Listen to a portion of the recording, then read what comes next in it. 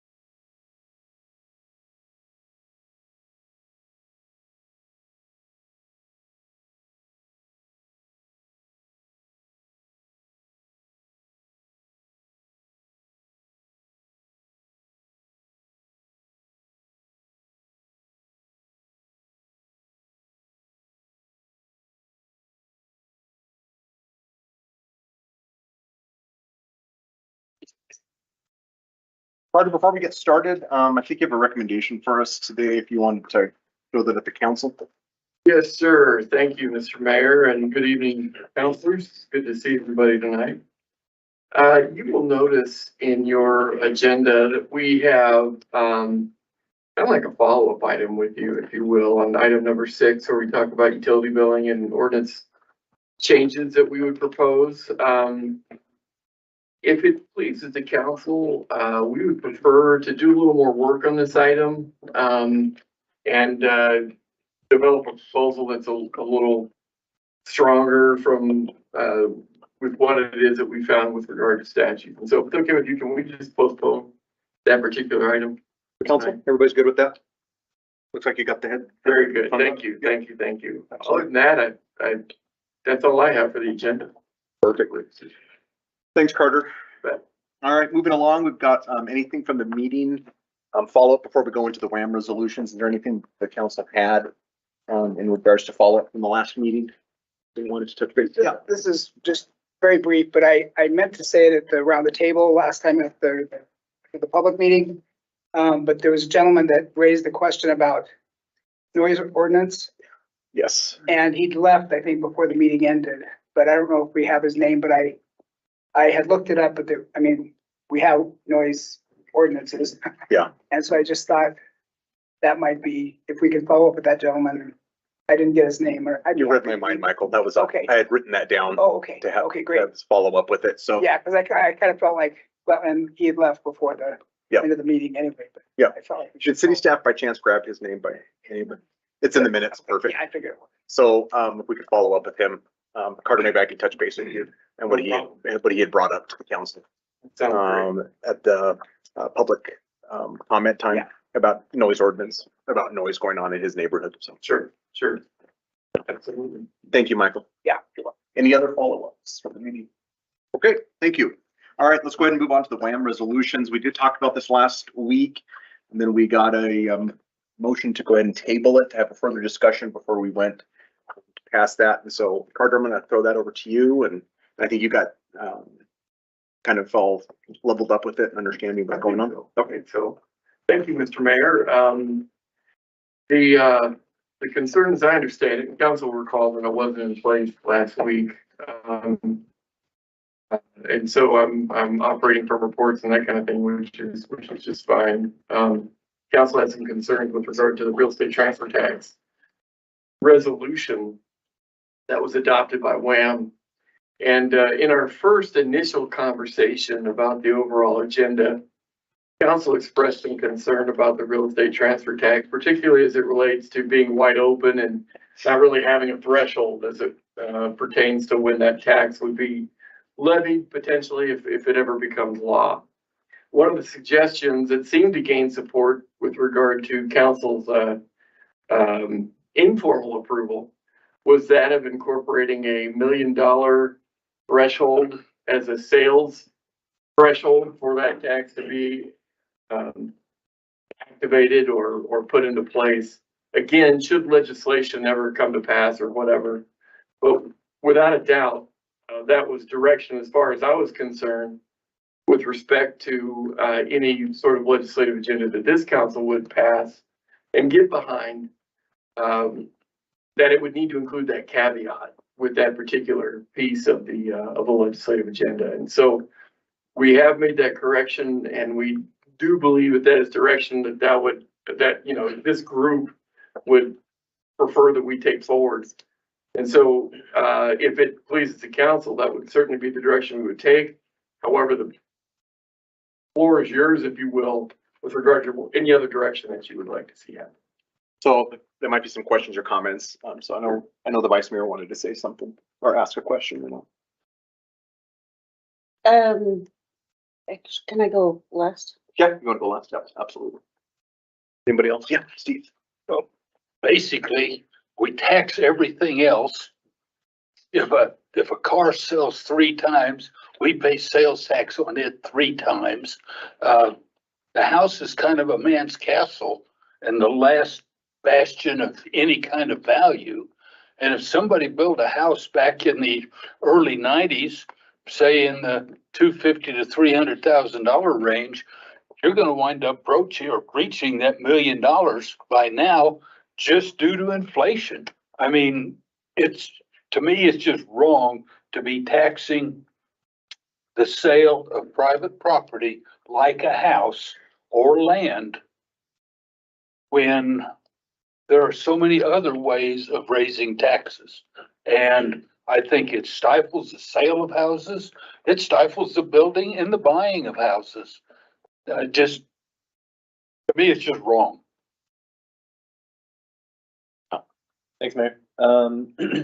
Yeah, I guess where I sit on this one is it seems like the resolution as it's written is encouraging the legislature to give municipalities more control over whether they want to levy a tax like that. And so I totally understand the merits of not supporting a tax like that. I'm not myself informed enough on this one to say whether I would support or not support it or amend it or be comfortable with amendments, but I do believe that the government that governs closest governs best. And I think municipalities should have the ability, if they so choose, to be able to discuss and levy these sorts of taxes. And so I don't think we should take a position on whether we're supportive or not supportive of the tax. I think this resolution is just intended to give more local control over the freedom and flexibility. If Natrona County doesn't want to do it, that's fine. If Teton County wants to do it, that's a discussion for them to have. But I just don't see the merit in us investing too much time and effort into debating the pros and cons of supporting the tax when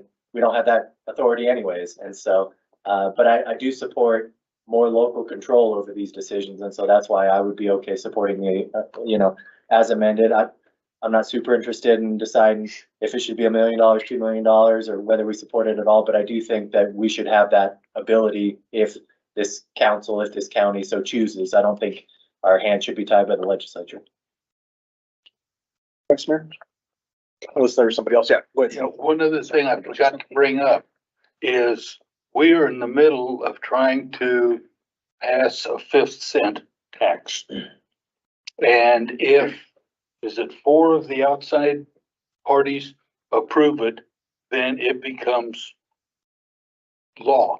So basically, in the way it stands right now, we have roughly the outlying communities, which are less than 20,000 people between all of them, dictating how 60,000 people can tax themselves.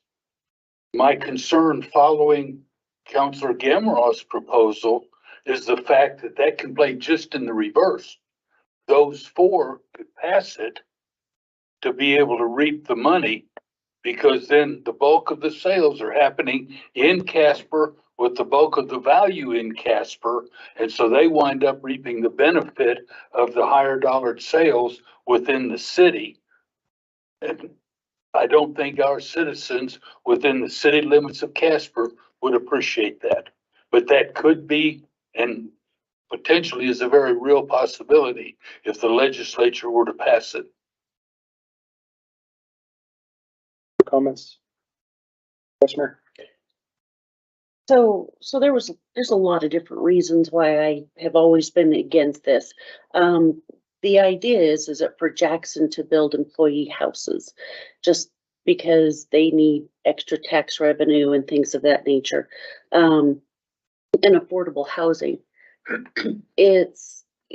Carter, could you answer me a question? So from my understanding, say if this tax did pass, in my understanding, it went to the counties, not to the municipalities. And so for the counties to decide how they wanted to use that money. Mr. Mayor, Councilor, thank you for the question. The idea would be that both the city and the county would benefit from a transfer tax of this nature, depending on where in fact the sale took place. So I don't think it would be only a county benefit. So say this tax passes and the city and the county benefits. Are we then getting into the rental market? Are we building affordable housing? Mr. Mayor, Councilor, I really think it depends on how the legislation would be constructed, because, at this point, we don't have a draft bill. We don't have language that's being debated on a committee level. really this is just an idea. And the idea is meant to give cities and towns more tools in their toolbox as it relates to local control for revenue that we currently do not have access to. Mr. Mayor, if I could just, and councilors, if I could just tag on to what our city manager just said.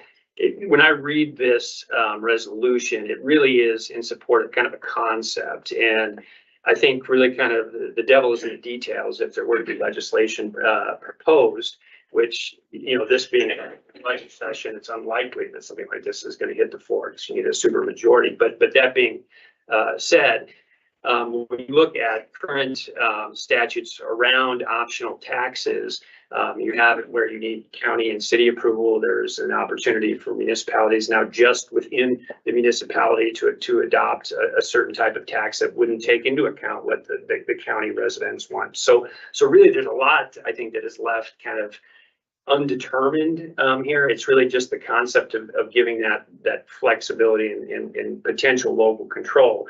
But then if this does gain traction, then I think it's incumbent upon all the municipalities, all the local governments to make sure that whatever comes out of the legislature is beneficial. For instance, we may not want to be tied to something that's countywide and applies to all municipalities as well. We may want the ability to do something on a, you know, municipality by municipality basis. None of that's really spelled out in this. Others, anything else? So Carter, let me get this straight. So we have to, the whole, all of these resolutions, we have to vote all together, right? I mean, it has to be, I know it sounds like there's at least 2 dissenting votes against that one resolution specifically. Is that something that we have to vote all together? I guess is what I'm trying to say. Mr. Mayor, the council can parse this apart however you'd like.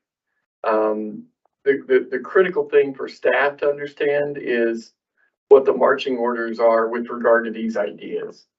So if in fact we do go to WHAM and we have the opportunity to visit with legislators and those kinds of things, fellow towns and cities throughout the state, we know what it is that you want us to represent on your behalf. Okay. So if it's this issue and you're like, it's either $1 million or nothing, then I know what my marching orders are when I visit with any or all of those individuals that I just gave examples of. Okay. Yeah, okay. Thanks. To your earlier point, Mayor, though, we did approve all the other resolutions at our meeting last week, right? So this is the only one left out. No, I think we tabled everything. Oh, we tabled everything. Yeah, I because thought we amended. Okay. There were a lot of amendments going on. I think there were whizzing by us and golf balls.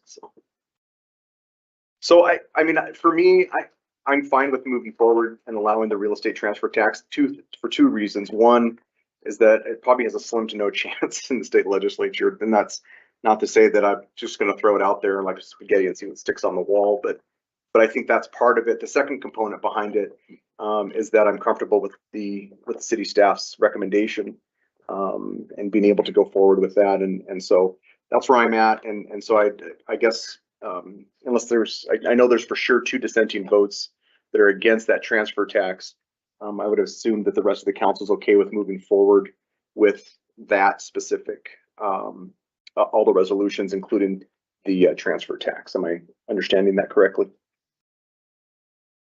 Mr. Mayor, as a point of order, what I would take from this discussion would be what it is that we need to prepare for your consideration to untable basically in the next business meeting. Because as I understand it, you tabled it in the previous meeting, which means the whole entire legislative agenda.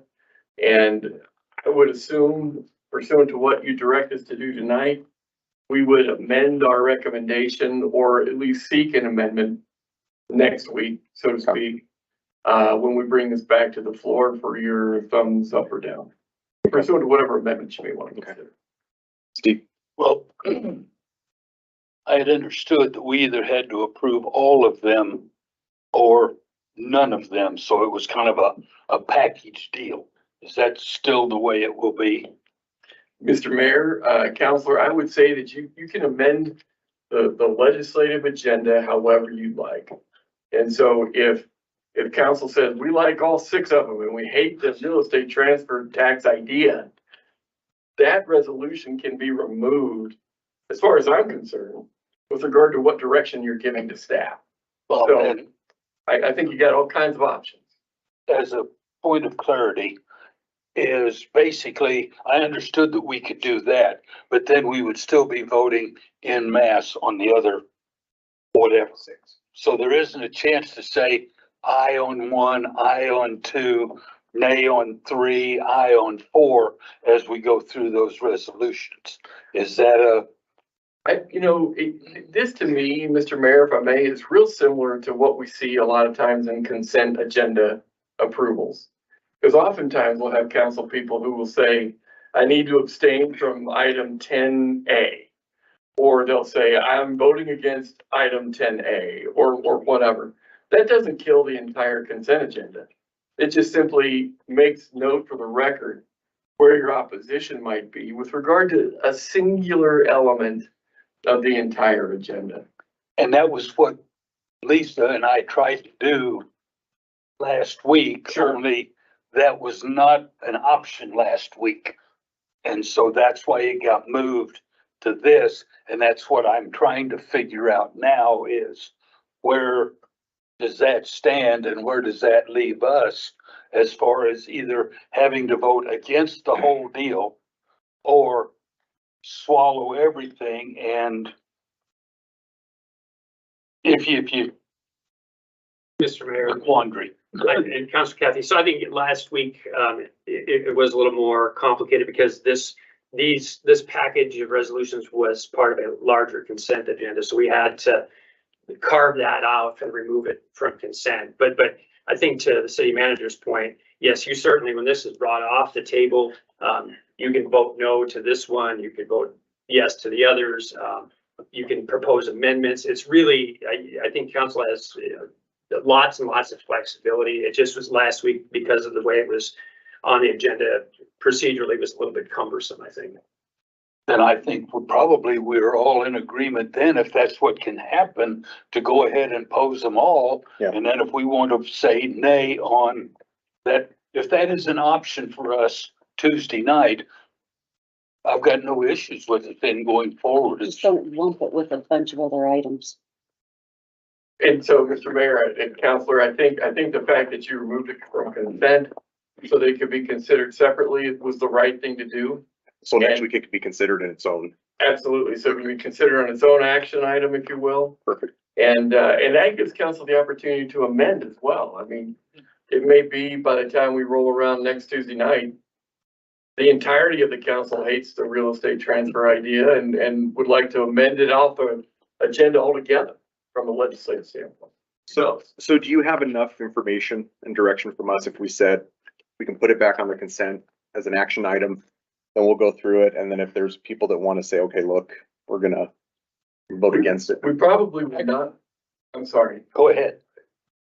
Yeah, go ahead. Okay, I would say we would not put it on consent again. Or not consent. Yeah, we would just bring it forward on a separate motion. Right. Its own item, and council can direct staff whatever they'd like to do. Michael. That's what I'm wondering is at the start of that topic, Yeah. we call out and just present a motion to withhold 2306 resolution and for a separate vote, leave the other 6 in and vote on them as a group, and then vote on that one separately. Mr. Mayor, Councilor. I was just thinking procedurally. Yeah, that's okay. I would say that the agenda will be prepared with all of the resolutions intact on a separate motion item altogether.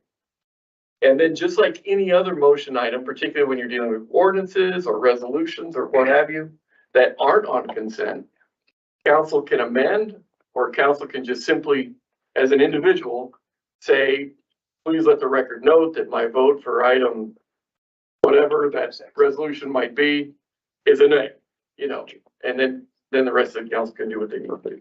Okay. Is council okay with that? Yep. Okay, Brandy. I have one more question. No, you're good. Okay, so my impression is that Lisa and Steve are gonna vote no either way. So the rest of us, are we still wanting to add the $1 million part?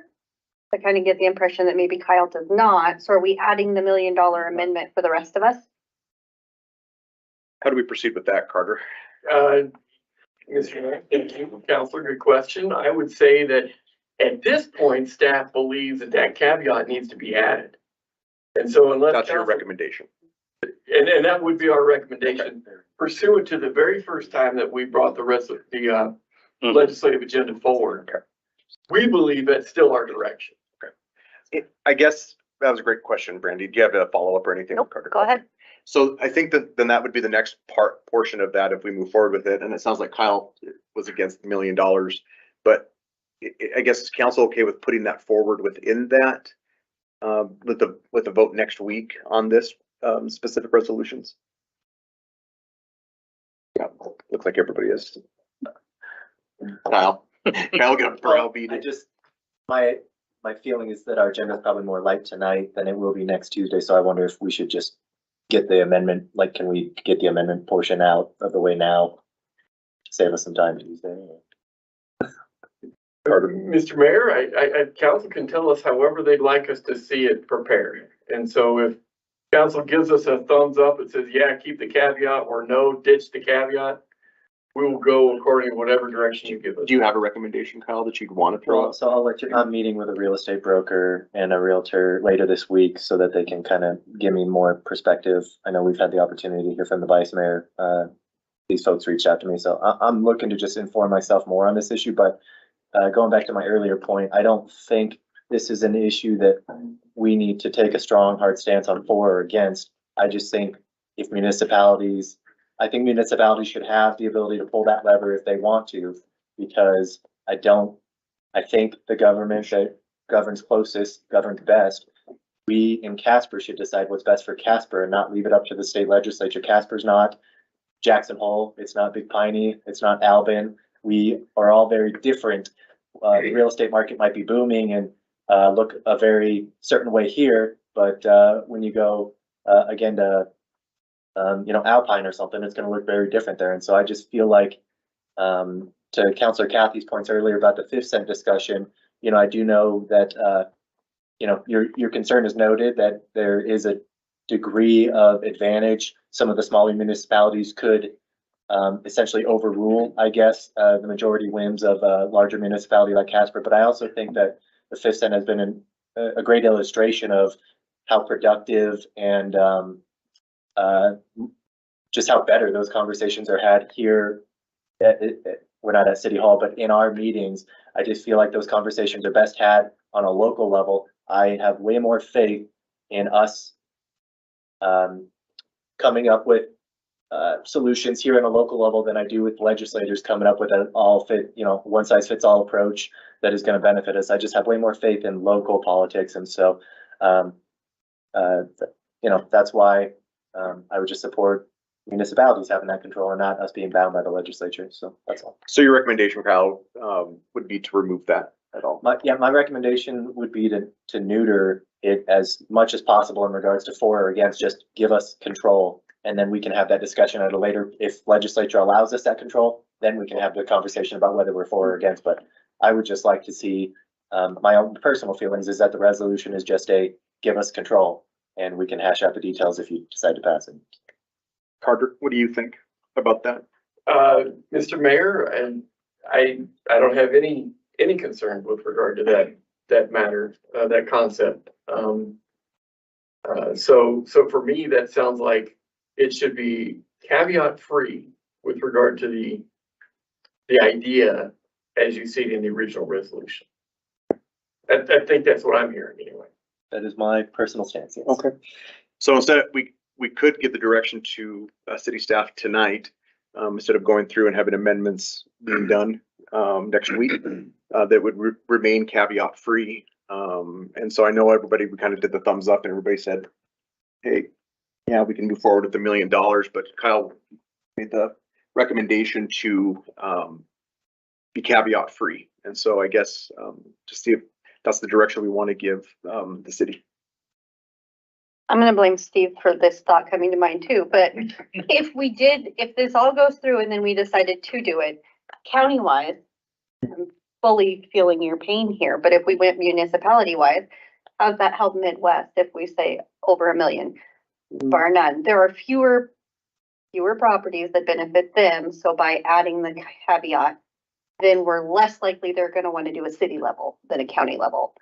So I feel like if we were looking just at municipalities in the future, theoretically, maybe, the $1 million is not super beneficial to a lot of the other places in our county. So I'm gonna go with Kyle on this one. Okay. If we're gonna vote yes, I think we take out the red. Yeah, go. Thanks. And yeah, I guess just to further support, thanks Councilor Haskins, to further support kind of what I'm pitching here is, I feel like the $1 million caveat, that's us taking a stance, trying to make some sort of informed, that's us getting in the weeds on it. And so that's why I don't want caveats. I don't want us to get into details. I just want local control. If they allow us that authority, then we can have a full blown, we can have all the realtors come in and we can dedicate a whole work session to hearing the pros and cons. But the reason I have an issue with the caveat is because that's us dipping our foot in the water and taking a stance somewhere on the issue. And I personally don't feel informed enough to take any sort of stance. And I just feel like we as a council haven't had an opportunity to inform ourselves as a body very well on this specific issues. So Carter, I think it sounds like the council's okay with doing away with the $1 million caveat, unless I hear anything different from the council. So if you just want to present it next week, and then we'll just do that and vote. Obviously, people are against it, they'll vote against it. Individual. Sounds great. Absolutely. Great. Thank you. Yeah, thanks, Kyle. Appreciate it. All right, moving along. 988 stickers follow up. Mr. City Manager. Thank you, Mr. Mayor, councilors. With regard to the initial presentation of this idea to the council, we took direction, at least as we believe anyway, for us to give this some thought and come back to the council with a recommendation concerning this idea and this program. You probably noticed in your memo that the PD was in support of the idea and including this type of messaging on PD vehicles with respect to some guardrails, however. And you saw in the memo what those guardrails were. Part of the conversation, however, at least as I recall it, wasn't just relegated to PD, but that perhaps fire should also consider entering into this program with regard to some messaging as well. And so my suggestion would be for tonight to consider that yes, staff is on board with regard to participating in this program. And that's primarily because this is a federally backed program. And so in a lot of ways, a federal program that the city government can help participate with, and not in the context of a nonprofit coming forward with a request for messaging on city vehicles supporting the efforts and the mission of a particular nonprofit. And so I think that distinction is really, really critical, and I appreciate the attorney's office for bringing that to light. Indeed, that is a distinguishing factor that we feel much more comfortable getting on board than we would perhaps otherwise. So I would suggest you hear about the PD's guardrails that they're proposing. And if I could put fire on the spot, have them talk about what guardrails they would like to see with respect to their potential participation if it pleases the council. Yep, sounds good to us. Thank you.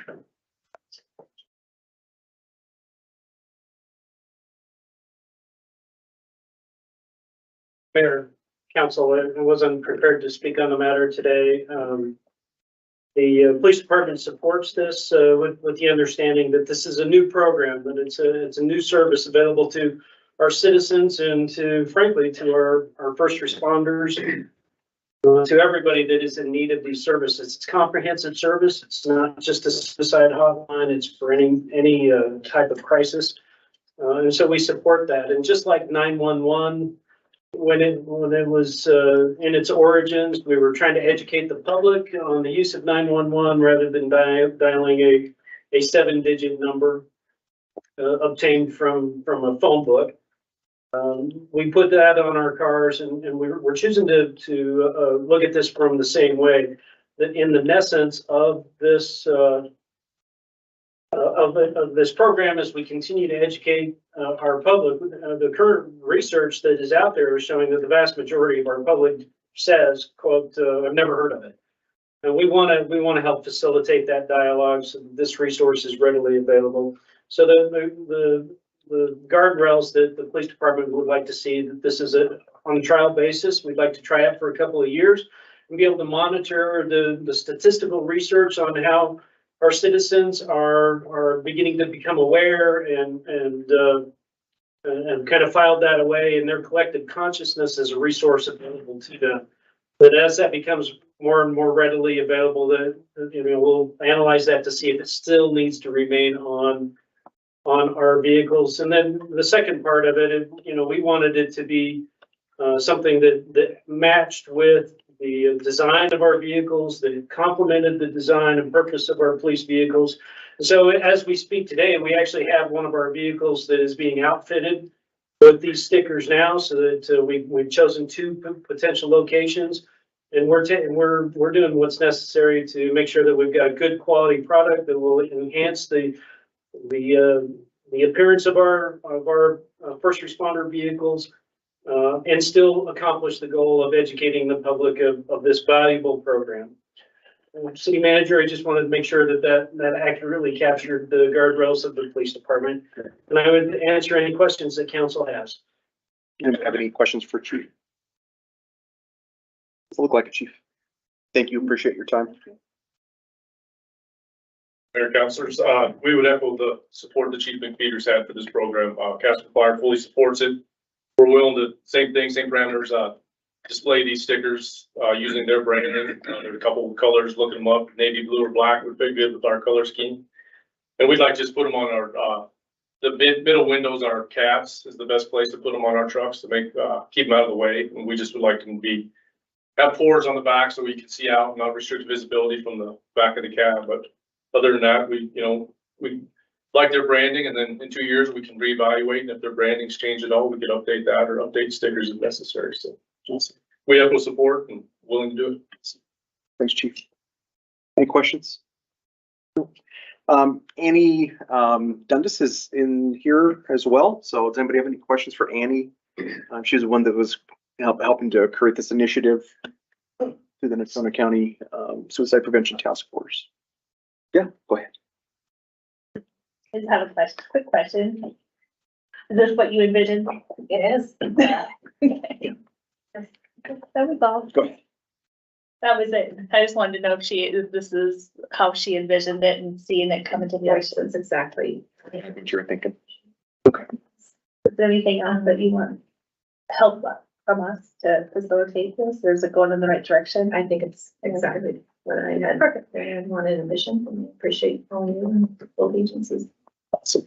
Annie, is the task force still willing to help flip that bill? Yep. Awesome. The gentleman that does the wraps. Yep. He's willing to donate his time, and he kind of gave me a price for the materials, and I went to the task force with it today and to fund it. Awesome. Randy? Are you getting ambulances on board as well? Yes.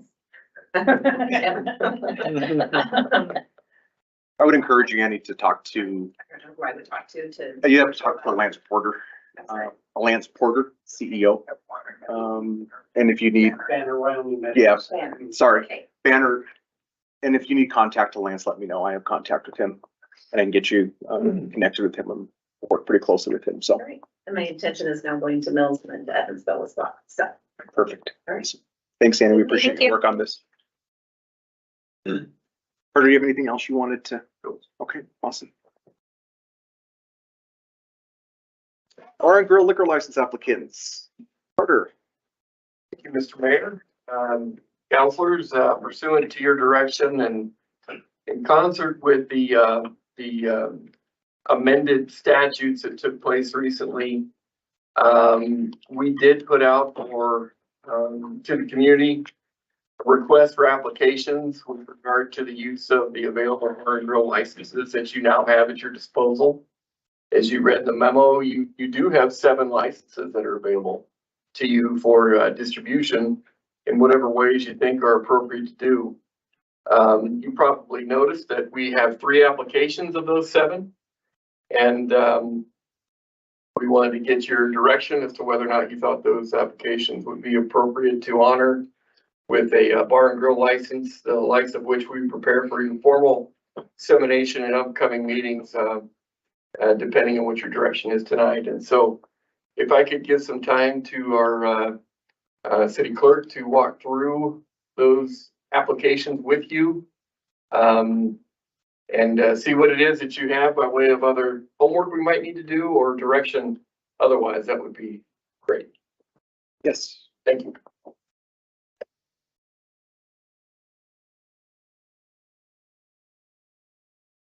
The floor is yours. Your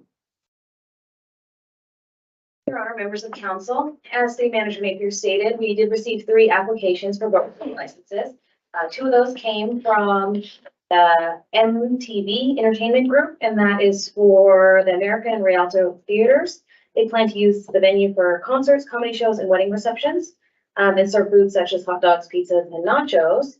And the other application was for Old Town Family Fun. They plan to use it for their business, which is currently established, for a sip and play cafe. The 2 businesses, the MTV estimates that they'll be ready to open January of 2024, and Old Town Family Fun believes they'll be able to open December 1st of this year. At this time, we're just here to answer any questions you may have and take direction on whether you would like to award these or have these move forward. As City Manager Napier stated, we do have 7 available, so if these 3 were awarded, we would have 4 left. Any questions specifically for the applicants, to the applications or any of those things? Oh, didn't see your hand there. Sorry. Go ahead. Did you? Okay. Yeah, I know at least several of the applicants are here tonight, and so I would be curious, you know,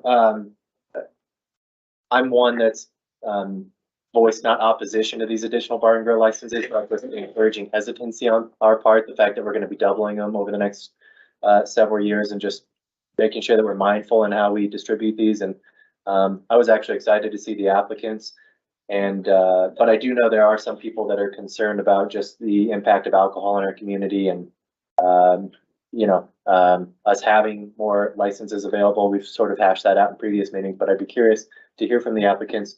You know, we had some light details get published earlier, but if they could just give a little bit more, you know, just kind of help us realize what their vision is for the space and what they intend on doing. And I don't know if we have that opportunity this evening, but. Whatever you Is think. that okay? Sure. All right. Absolutely. If you're prepared, you want to come on down, Pete, it's up to you. And the T and the B. Mr. Mayor, Council, Pete Maxwell, 3764 West 38th Street. I represent MTB. Our first our application was for the Rialto in America, and we're looking to do at the America as a concert venue.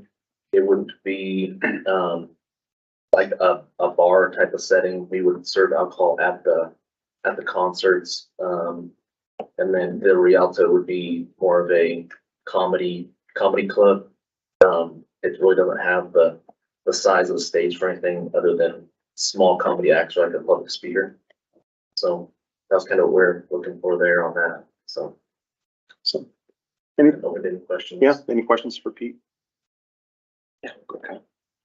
No questions. I imagine you guys are kind of still putting together plans and stuff like that, but I was encouraged to see, I know a lot of people were concerned about the Rialto and the America, what was going to happen with them and whether they just get stripped down and turned into storage units or something like that. But I'm excited to see that, you know, it sounds like the vision is to kind of keep the spirit of those venues alive with doing shows and kind of fill in some niches in the community that maybe we're not currently doing. So I know folks were concerned about not being able to play movies, but I think this is a great compromise to help kind of keep the spirit of those venues going. And I don't know if you guys have gotten that far, but you know, I hope there's an inclination to retain some of the historical elements and stuff. That'd be really cool. So Definitely plan on keeping all history there and not really touching any of the, the facade, anything, just kind of remodel the stage, and then obviously we need more bathrooms because the current bathroom situation doesn't suffice for capacity, so.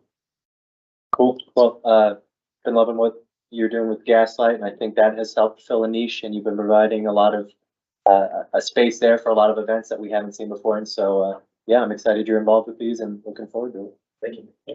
I think the vice mayor had something for you. So were you planning on just diverting your concert stuff over from Gaslight over to America then? No, so the gas that was to do was concentrate in the summer. This will be more of a winter venue, indoor winter venue. And then if I have poor weather in the summer, I'll move the show over to the America. I paid a substantial amount of rain insurance over there.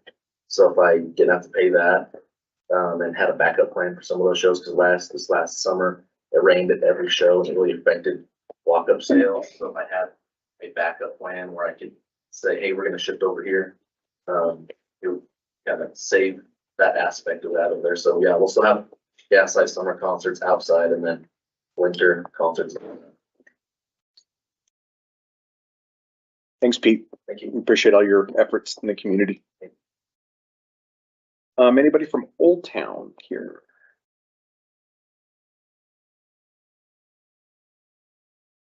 Okay. Anything else, Fleur? Oh, just need direction from council. Would like to move forward with approvals or would like more information or? How does council feel about moving forward with giving first vote? Yep. Awesome. Thank Thanks, Fleur. Thanks, Carla. Good luck, you guys. Thank you guys. We appreciate you investing in the community. So Carter, then we will go to our next meeting and we'll formally vote on those liquor licenses going to these businesses. Yes, sir. Perfect. Okay. Thank you. Pursuant to a public hearing, Your Honor. Prisoner, Yeah. correct. Sorry, public hearing. Yes. Thank you. All right. Business fire self-inspection program. Carter. Thank you, Mr. Mayor. Councilors, we have the opportunity to consider a program that the fire department is recommending, wherein the current responsibility to go out and inspect businesses every year is very laborious and takes a lot of the fire department's time to go do that. We think we may have found a balance wherein some level of self-inspection can occur at the hands of the business that is participating, and thereby relieving a lot of the department personnel from having to do that hands-on, if you will, every single year, year in, year out. That, of course, is just a very brief overview of what the idea is. Mr. Moore is here tonight to walk us through a lot more of those details, to where we believe a really nice balance can be found in terms of utilizing employee resources as well as making sure that businesses are being safe and walking through that process with us. For more.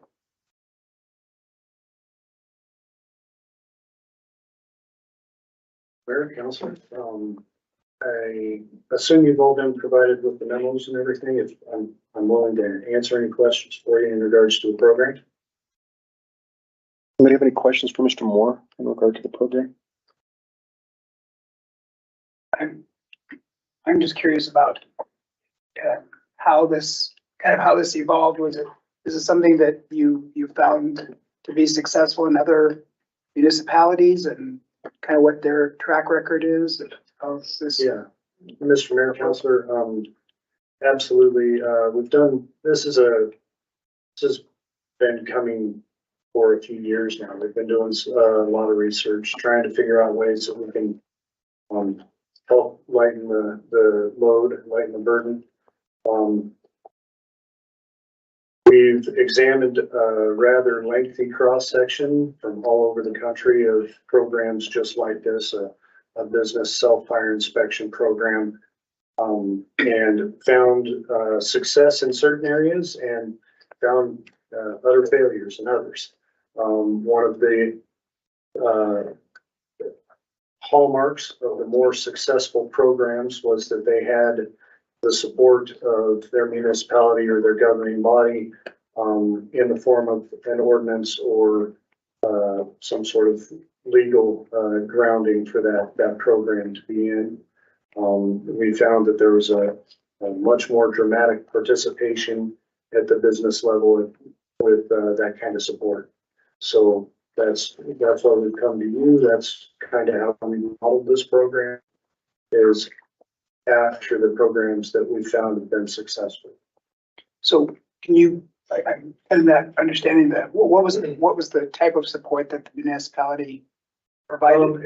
An ordinance that basically resolved it took it from more of a voluntary program to a program that was official in an official capacity, not just something that they signed up for on the internet or opted in or out of at their own volition. It was more of a, hey, this program has been adopted by the city of Casper, if you will, and then that gives the fire department the power to or the ability to designate businesses that would qualify for the self-inspection program, initiate that contact, let them know how the program works, provide them with the education and support that they would need to be able to perform their inspections, and then the means for them to provide that data and that inspection form back to us on an annual basis and implement it. So Go ahead. So I noticed that there were a couple, so I noticed a large component of education, of educating the businesses about, and then it mentions periodically auditing the participating occupancies to ensure compliance. So is that like spot checking, kind of dropping in to see to? Absolutely. Unannounced That's visits? exactly what that is. Okay. Currently, our fire engine companies are attempting to keep up with our inspection rotation that we currently have in place. Okay. We're falling behind, and fire department doesn't like to not be able to keep up with their job. So we're trying to find ways that we can help spread the work out. This would help us do that instead of our engine companies going out and doing it on an annual or biannual basis. That audit, if you will, would occur on an every 3-year basis, or depending on how we, if we want, we can extend that out. I've heard of self-inspection programs that put it on a once every 5 or 8-year basis that they do a follow-up with that business. But for our appetite at this point at our department, we would like to see a 3-year rotation. Still get those engine companies in that business every 3rd year or so that they can become familiar with the occupancy, the processes, the hazards that may or may not be there. And then make sure that the fire inspections the self-inspections we've been obtaining from those businesses are accurate, or that they haven't missed anything, that type of stuff. Okay. That's more what that audit would be. Great. And one plan back. So in my understanding that the businesses or the buildings that would be inspected, they would be required to submit some kind of annual report of inspection, of self-inspection. Is that correct? Yeah. What we would ask is that they would participate on a yearly basis, on an annual basis, or more often if they want, and in a digital format via either through our website or through an email link that we could provide for them. We found ways that seem to work better in different places, but our vision is possibly website-based or an email-based system. They would click on a link, fill out a digital format. It would be submitted back to us and then become part of our record as their official fire inspection. Thank you for that. I appreciate your answer to the question. I appreciate it. Vice Mayor. So I've been just trying to delineate what you mean by businesses. And so specifically, you're not talking about large apartment complexes or the dorms, things of that nature. You're talking about like retail or commercial business or industrial businesses, things of that nature, correct? Mr. Mayor, Counselor, yes, what we would determine is we base it on the fire code's classifications. Residential units, stuff like that, and several others fall more under the purview of the actual inspection staff in my division. My licensed inspectors through the ICC, a little more higher degree of scrutiny, if you will, stuff like that. So the ones that would qualify are the lower acuity occupancies, say what we refer to as the business occupancy, which is mom and pop, doctor offices, retail stores, that type of stuff, or some degree of mercantile as well. So maybe even some of your larger stores, storefronts in that regard, storage units, that type of stuff. Possibly some factory or industrial, like you referred to, but there would still be a significant number of occupancies that would not qualify for this self-inspection program. One of which being your residentials, your R1s, R2s, hotels, motels, dormitories, that kind of thing. Okay. Other questions? Yep, Kyle. No questions, but I appreciate the information. I think, this makes sense with, keeping the higher scrutiny for, those, buildings and facilities that have a lot more people, and then a little bit less so for the mom and pop shops.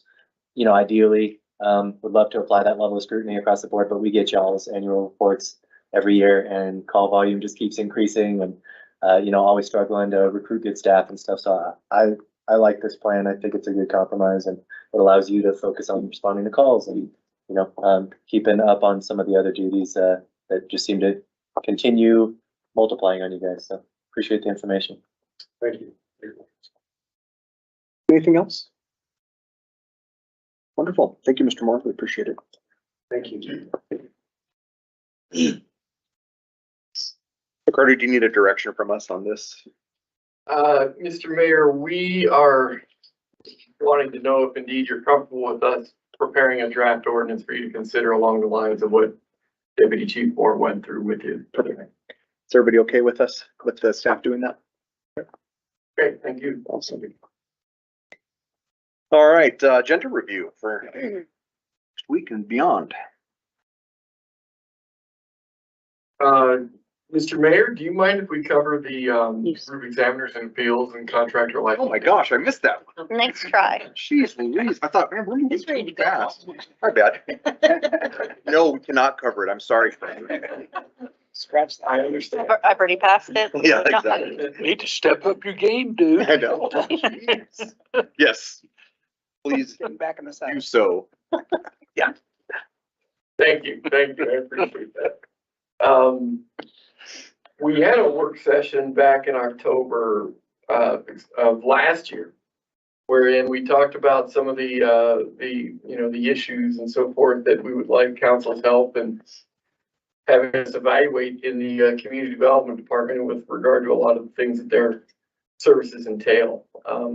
In this particular phase of that response to all of you pursuant to that meeting a year ago,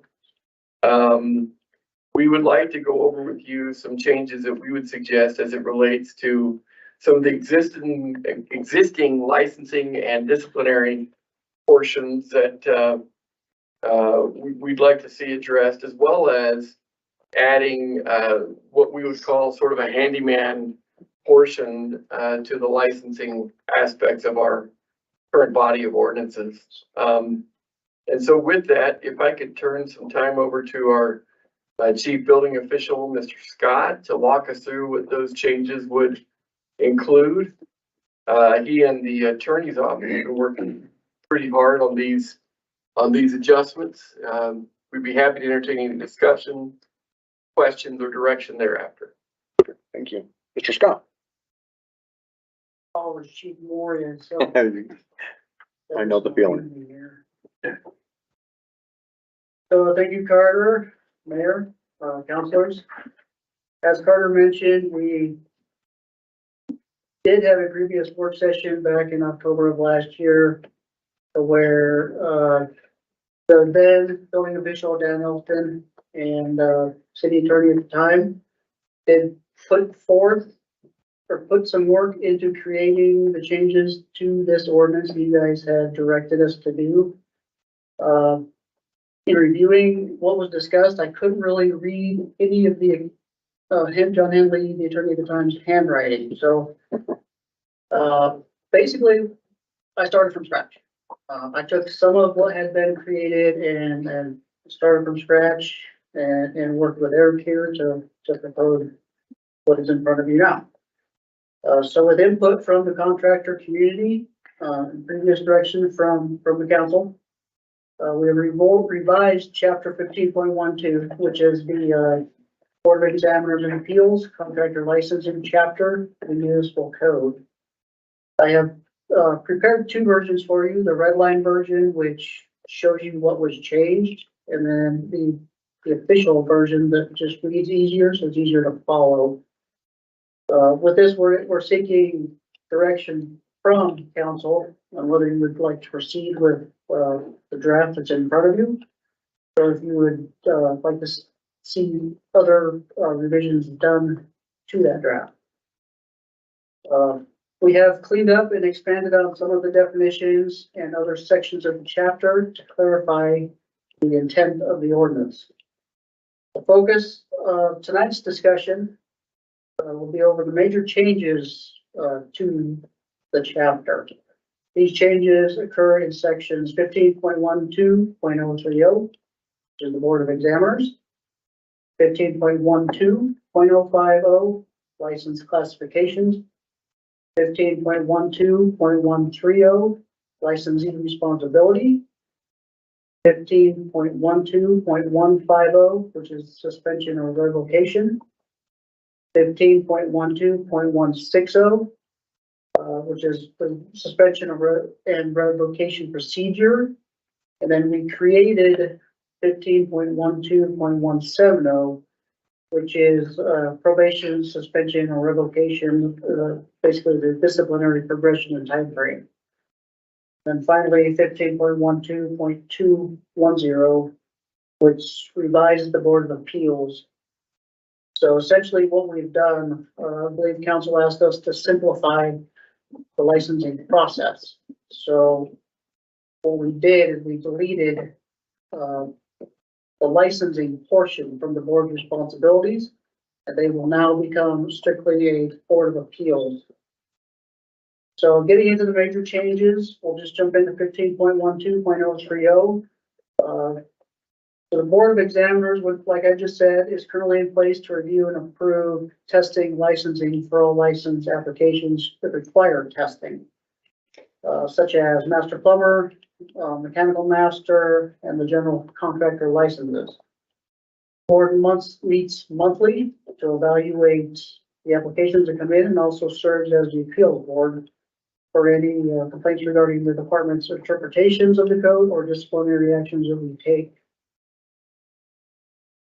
Yeah, like I said, the council did ask us to streamline the process, so what we did is we just eliminated that portion, which now will fall on the department or the chief building official's responsibility to review all applications and either approve or deny based on affidavits that have been provided showing work experience. And that's basically what I'm looking for is what's outlined in sections 15.12.040 through 15.12.090. And these sections have also been cleaned up to kind of clarify some stuff that has been misconstrued or just been confusing to homeowners and contractors in the past, as far as what requires licensing, what doesn't, and what the intent of the code is. So then moving on to the next section, the major changes that occurred in would be 15.12.050, which is the license classifications. This is one where we were asked to create a handyman license, so to speak. So what we've done in this section is we've created a more streamlined pathway for progressing through licensing. So you don't just have your class 1, your class 2, and your class 3. Now you have your class 1, which is basically you can build any hospital, Taj Mahal, whatever. We created two class 2 licenses. We created a class 2A and a class 2B. Class 2B would be a step up from a class 3. So a class 2B would allow you to, Could you, board council, put in there how many years of experience they need before they're able to obtain those licenses? so they are. They should be in there. So, and both your class 2 licenses require 6 years. So class 2B, you can build any single family home, townhome, up to a fourplex. And then class 2A, you can go fourplex on up to a 12,000 square foot commercial building. Class 3 will remain as is, which is your residential remodel type license, up to 25% of your residential home. And then we created the handyman license, which is a class 4. And that license, the intent of this license is to give individuals a entry-level step into the licensing process. That's going to require 2 years of experience, and it will allow you to do scopes of work such as installing windows, doing deck repair when it's not structural, roof repair up to 10% of the roof, some electrical work, mechanical work, some plumbing work such as replacing vanities, cabinets, sinks, tubs, toilets, anything that doesn't require altering the plumbing of the home. And once again, this is a license that's created to get people on board so they can start tracking their history, so they can progress up to a class 3 and class 2 if that's their desire. And that way we have people out there who are handymen that can get licensed and show that they're insured, that they're approved by the city to be out there doing the work they're doing. Next section that we jumped into was 15.12.130. This section has been clarified and expanded to give contractors more liability and responsibility for their projects. 15.12.150, the suspension or revocation section, has been expanded to give the department, the building division, more defined conditions in which to be able to penalize license holder for the failure to fulfill their license responsibilities. 15.12.160, the suspension or revocation procedure. This section has been modified to create a process for filing complaints in order to establish a track record for contractors and a means for us to properly investigate and discipline a license holder if applicable. 15.12.170, probation, suspension, and revocation, the disciplinary progression and timeframe. This is the section that was created. This section was created to give the department, and once again the building division, progressive means of disciplinary action against the license holder in the event that they violate any of the conditions outlined in sections 15.12.160, which is their license responsibility. And then finally, 15.12.210, the Board of Appeals. This is where we establish the Board of Appeals is just that, appeals for any action that we pursue on them.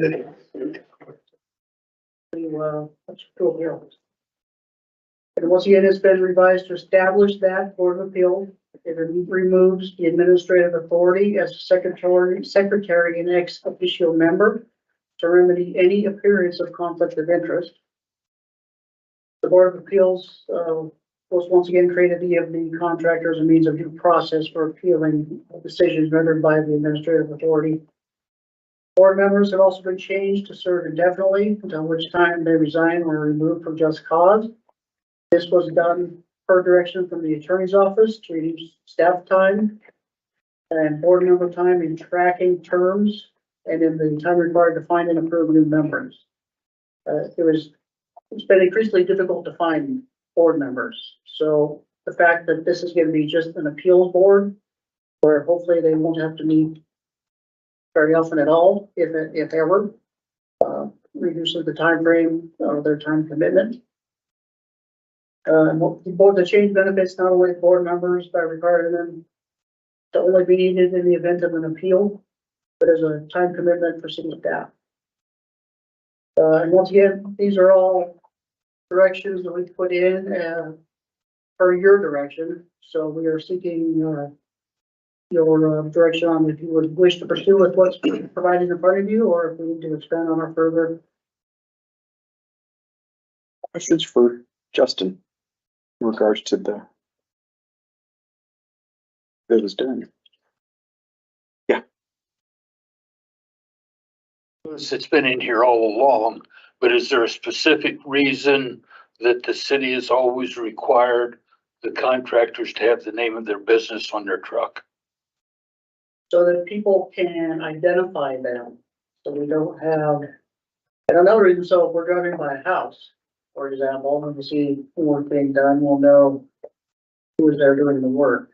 That's also to safeguard the public, so to speak, so that just any Joe Blow doesn't pull up in a truck and say, I am contractor for, or I am an employee for so-and-so contractor, and then gain access to their home. So I would assume, I didn't write it in there, but I would assume that that would be the intent of why it is in there. I was just curious because of the new, like the big electric contractors, things like that. But I didn't know about, since we're creating the handyman level, I was curious about that. And I can understand to a point, but at times, company marked vehicles become targets of people trying to create or perpetrate insurance fraud. So that was why I was wondering. And if you would like us to expand on that further, it's one of those that we don't enforce heavily, just because it's so hard to track who's work, or especially with the general contractors, like the large electrical companies, Modern, Atlantic, they're pretty good about it, even the plumbing and mechanical contractors, but when you get into the general contractors, there's so many of them that it's hard to place who works for who, and which company is what.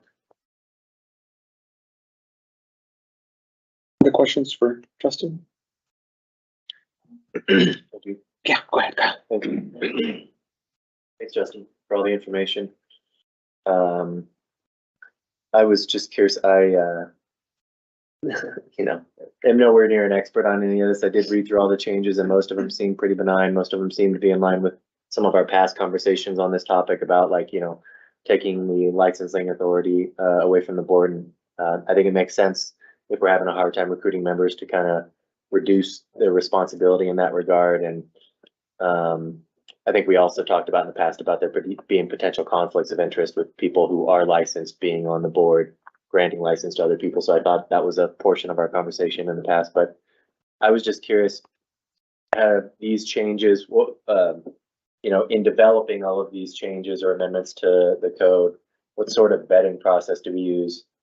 How do we get input from the contractors, the people that this would affect? Is there any process where we're kind of soliciting and receiving that feedback, whether through the Board of Licensing and Appeals or some other area? Just because I don't know how, I know my way around a wrench, but that's about the extent of my knowledge. And so I'm going to be leaning really heavily on the people that do this for a living to make sure that, and obviously you do as well. So I have a certain degree of faith in you and your team, but what does that look like as far as us receive, taking into account? Are you're saying if we go this route, how we are gonna get the word out? Is that what you're asking? Or are you asking if we reached out to the contractors for their input into what we've created? Yeah, I'm more so curious before we finalize any amendments to the code and put it in writing. Have we received feedback from people that this would be effective? So the reason we've created the two types of class 2 are because of feedback from the contractor community. Because the current class 2, it gives, you can go from a class 3, which is a remodeling bathroom. Say all you do is remodel bathrooms. You can get upgrade to a class 2 and instantly build up to a 12,000 square foot commercial project. So they wanted a means of moving into that class without having the scope of, or being allowed to do the scope of work until they've reached a level of knowledge that allowed them to build a more impressive building. So that's why we created the two types of class two. And with the handyman license, we asked electricians, mechanical contractors, plumbers, and general contractors what they thought of it. And they wanted to give handyman capability to be able to go in and do, for example, installing windows, which right now requires a class two license, roof repair, which requires a class two license or a roofing license.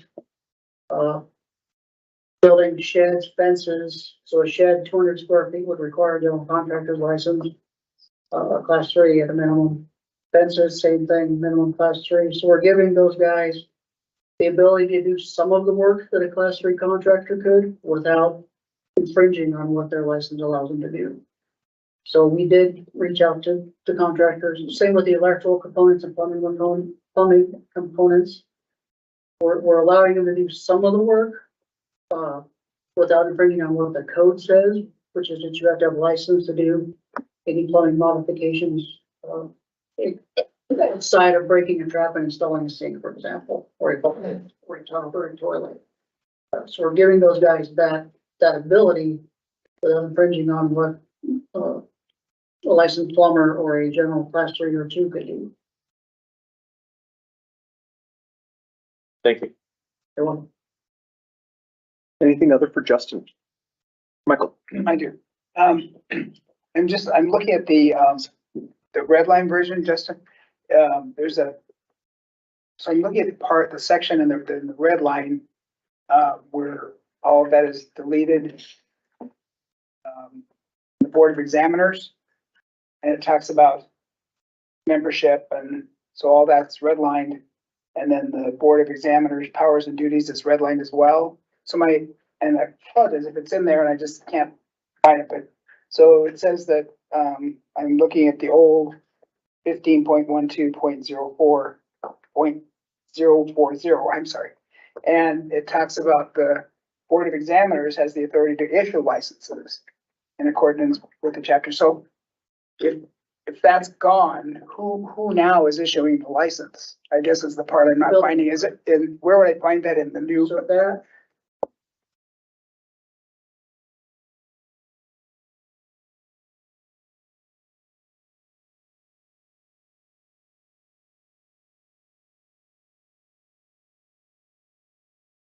Is the city planning office issues the license?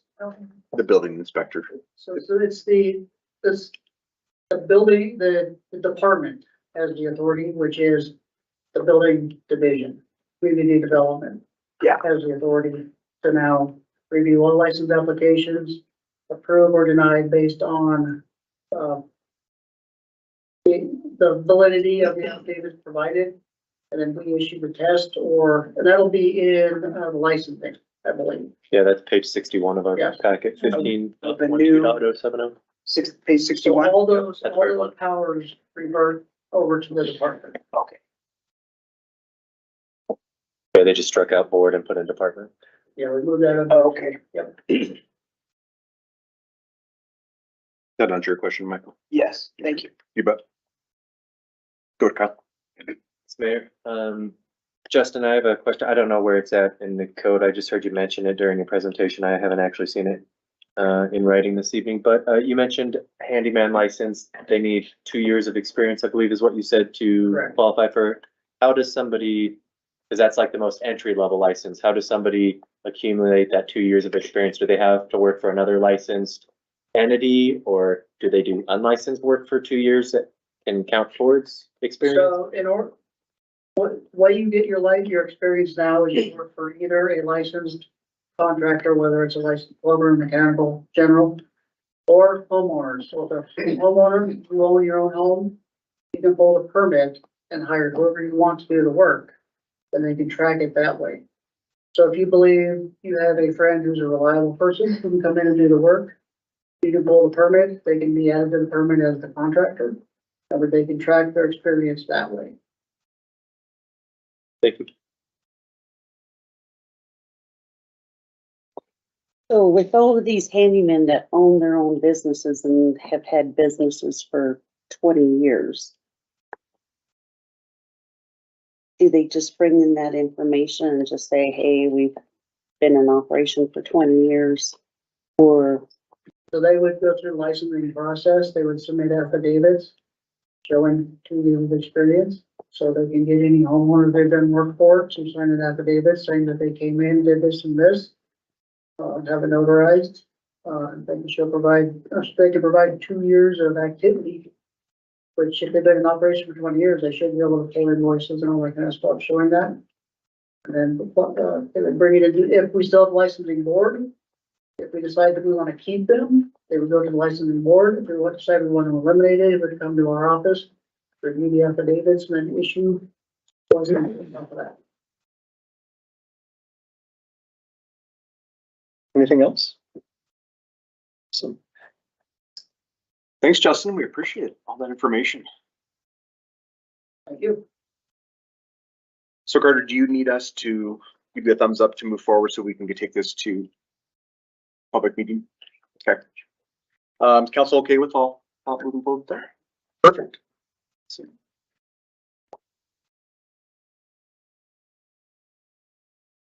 All right, now we can move on to the agenda review, right, Carter? that utility building ordinance next. Remember we took that, we crossed that off then.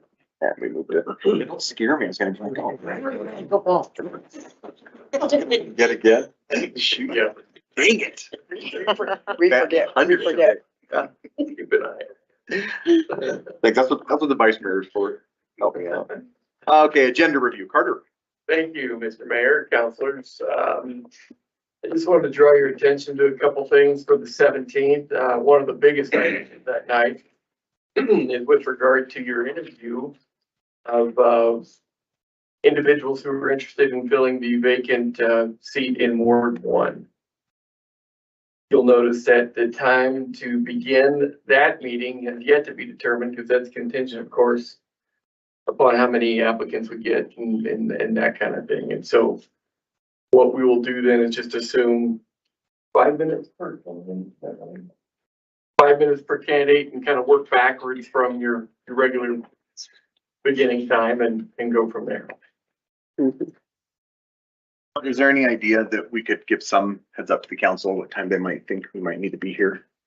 Sure. Mr. Mayor, at this point, we have 6.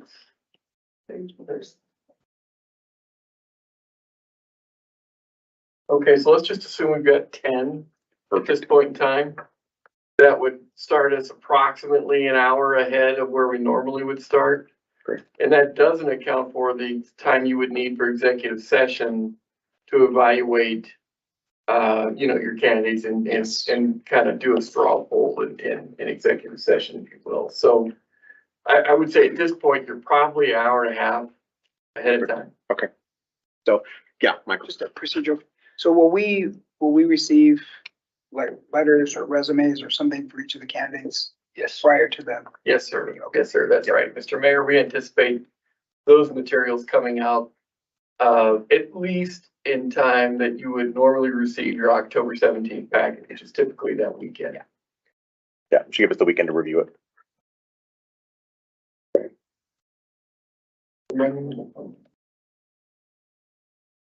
So Thursday. That's right. Your closing date that you've established is for the 12th. So we should have all that information by that Friday. Okay, thank you. As for some other items, you'll notice, of course, that we had the original established public hearing date for the unpaid utility ordinance draft. That may need to get bumped depending on what it is that we come up with and propose to you ultimately. But you'll also notice, however, that we do have a couple ordinances that have garnered some attention here recently. The camping ordinance as well as the parking and dwelling restrictions ordinance will be in front of you for second reading on the 17th, your next meeting. You'll also notice that we plan on untabling, if you will, the WHAM resolutions for your consideration in its own independent motion and consideration portion of that agenda for the 17th.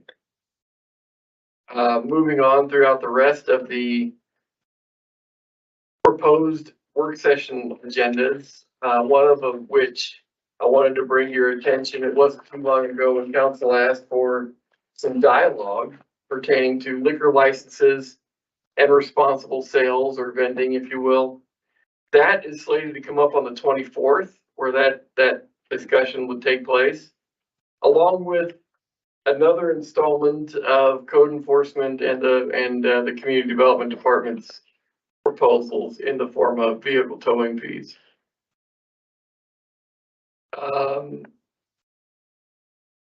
Pursuant to what we normally do in this portion of the agenda, I want to also direct your attention to the back page of the agenda, wherein we have tried to lay out future agenda items that may be of interest to you, so that indeed you kind of see where we're going here in the near future for any items that you may want to also include on this back page, and therefore secure some docketing space here in the near future.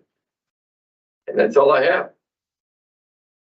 I would say we should probably just eliminate the graffiti abatement and alternatives that has been on council. That was since I got on and asked about that. I think we could just clear some space. Okay. You're okay with removing that? You are, okay. You're good with that, Carter? Oh, yeah. Absolutely. Anything about the agenda, upcoming agenda? Anything on the grid for the city staff? Okay. All right. Thanks, Carter. Thank you. Anything on the legislative front? No, sir. Okay. All right, council around the table. Start with Michael. Steve. I need, excuse me. The only thing I need is I need to get with Carter to visit about the contestant parking, the cowboy lot up at the event center. That kind of came up at the meeting last week. So that's something they're concerned about, and I'll try to get with you. It will probably be, let's see, the 20th, 21st, like the week of the 23rd, maybe. Okay. Unless I get lucky Sunday or Monday. It's hunting season. You bet. See, you went the wrong direction. I thought you were gonna win the lottery. No, that's tomorrow I night. thought you were buying a lottery That's ticket. tomorrow night. Brandy. Dug deep on that one, didn't you, Steve? So we have a meeting Friday the 13th with the judge. So I don't have any meetings for that, but Saturday is state marching band at the Ford Wyoming Center. So that's where I'll be with all my band geek friends. And if you aren't going to watch marching band, Republican Women is putting on Races Across America at the Ramcota 5:30. I know they still have some tickets left. Obviously, a really good cause. To get all those wreaths out on the Veterans Cemetery for Christmas. So that's all I have. Thank you. Jenna. I have nothing, but I'm trying to come up with something, but I can't. We'll come back to you if you have something. I may tee you up for something. I might need your help. I picked up the City of Casper Historic Preservation Commission was doing a fundraiser, selling Christmas ornaments. Every year they're going to release a new ornament, and this year being the first year, they chose Natrona County High School. Do you know if they have any left? They're sold out. They're sold out. Okay. Well, so sorry, but I guess stay tuned for next year. They're going to do the same thing next year. I don't think they've decided what building it's going to be, but I went and picked mine up at Fort Casper last year. It was a really cool, good quality Christmas ornament, and that gives them funding. I think they use the funding to erect plaques and, you know, recognize historic places around. And obviously they just have some, you know, they do events throughout the year and stuff like that. So stay tuned for it next year. You got to act quick because they sold out in like a week. So limited run, they only had 500 of them. So make it early next year then. Other than that, I just have really disappointed to admit that I missed the inaugural Casper Youth Council meeting. They just, you know, we take a hiatus over summer just because kids are busy doing kid stuff during the summer. but they had their first meeting this last Sunday. And again, I failed to be present, unfortunately, but they are accepting applications. We do have some openings on that board. So I would encourage folks that have high school age kids. It's an awesome way to get involved, to get familiar with kind of our process, how we do the work here, to advocate for youth. You know, would love to see more and more presentations from Casper Youth Council advocating for things that they'd like to see changed or done in the community that affects that demographic. It sounds like we do have quite a few folks from Kelly Walsh already on board. Really need some folks from Roosevelt, some homeschool kids. It's always great to represent that demographic as well. So if you have high school age kids, if you know anyone that wants to get involved, that wants to, you know, see what it's like to potentially at some point in the future serve in an elected position, encourage them to get involved. Thank you very much we have one of the members here with us this evening. So thanks for attending. And hoping to see you guys at our meetings. You know, usually have a really good presence, so looking forward to that now that school's back in session. That's all I have. Thank you. Vice Mayor. So I apologize, I didn't make your Sunday night meeting as well. I thought that I could, but I did not. I am going to go to the Natrona County Republican Gala. It's $50 a person for dinner, and it's got a silent auction and a live auction, or tables are $400, and it's 8 people per table. So it's a great event. So it's also not just for the wreaths for the graves, it's also going to be supporting National Guard. So they're kind of spinning it a little bit. So the National Guard, and they're going to have members of the military there speaking, and to help National Guard, because I guess this coming summer, it sounds like they're getting shipped out. So it's there to kind of give them some support. Thank you. I had the privilege of swearing in a new police officer today. Cole Chivers? Chivers. Thank you, Chief.